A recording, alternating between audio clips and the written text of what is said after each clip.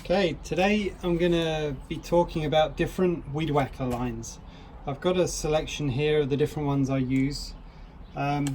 First, to talk a little bit, I should probably talk about sort of the use case I use my line for. So this isn't your traditional sort of standard grass weed whacking. This is bigger stuff, thicker brush and even thicker bushes. Some of these lines will go through.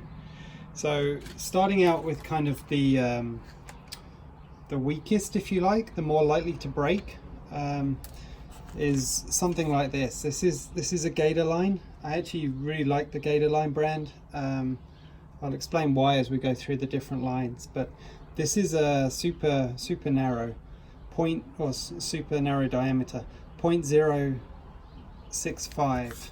I actually bought this by mistake. It doesn't actually fit my weed whacker, it's just too thin.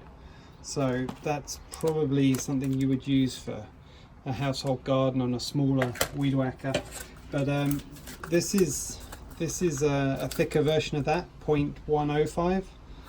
You can see a solid core, round, fairly standard line, just pretty thick. My weed whacker takes up to 130. And that's a pretty heavy duty weed whacker. You can get them, I think, go up to 150, 160, but the 130 lines are pretty durable and pretty big. I'll show you some of those in a second. So this I would use on thinner sort of grass. It can go through some thicker stuff, but you start using the line very quickly. So next we can go up to these. These are called super twists. So they're gatorline again, super twists, and there's lots of variety of these. But a plastic or a composite outside with a metal core or a wire core in the middle. So as you can see there, these are a lot more durable. They seem to hold up a lot better because of that inner part. This one is twisted, so this is a 130 twisted. Now you can see the twisting there. This is actually my favorite line. This like does everything I need it to do, very durable and very strong. The other consideration is, as you get thicker lines, the feeding sometimes becomes trickier. So there's some really thick lines, various shapes don't feed well. But this, because it's somewhat circular, it's obviously twisted, but circular to some degree, it seems to feed really well. If you take something like this is a 130 line, same brand again.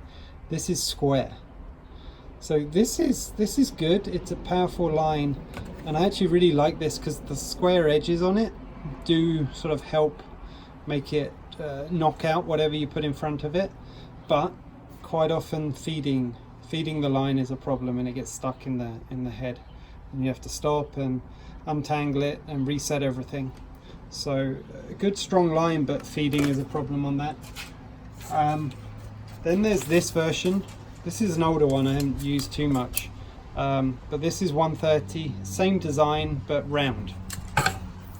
So this is very similar to the first line I showed you in terms of shape. It's completely round. It has the wire core in the middle. This is pretty good. The only thing with this is when you compare it to something like the twisted line, this twisted line does seem to sort of go through the air a little bit better, maybe a bit more aerodynamic.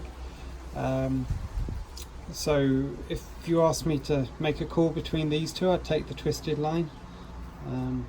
But that round is a very good sort of second option. The other one I've got to show you is with this twisted line. This is the 130 I showed you earlier.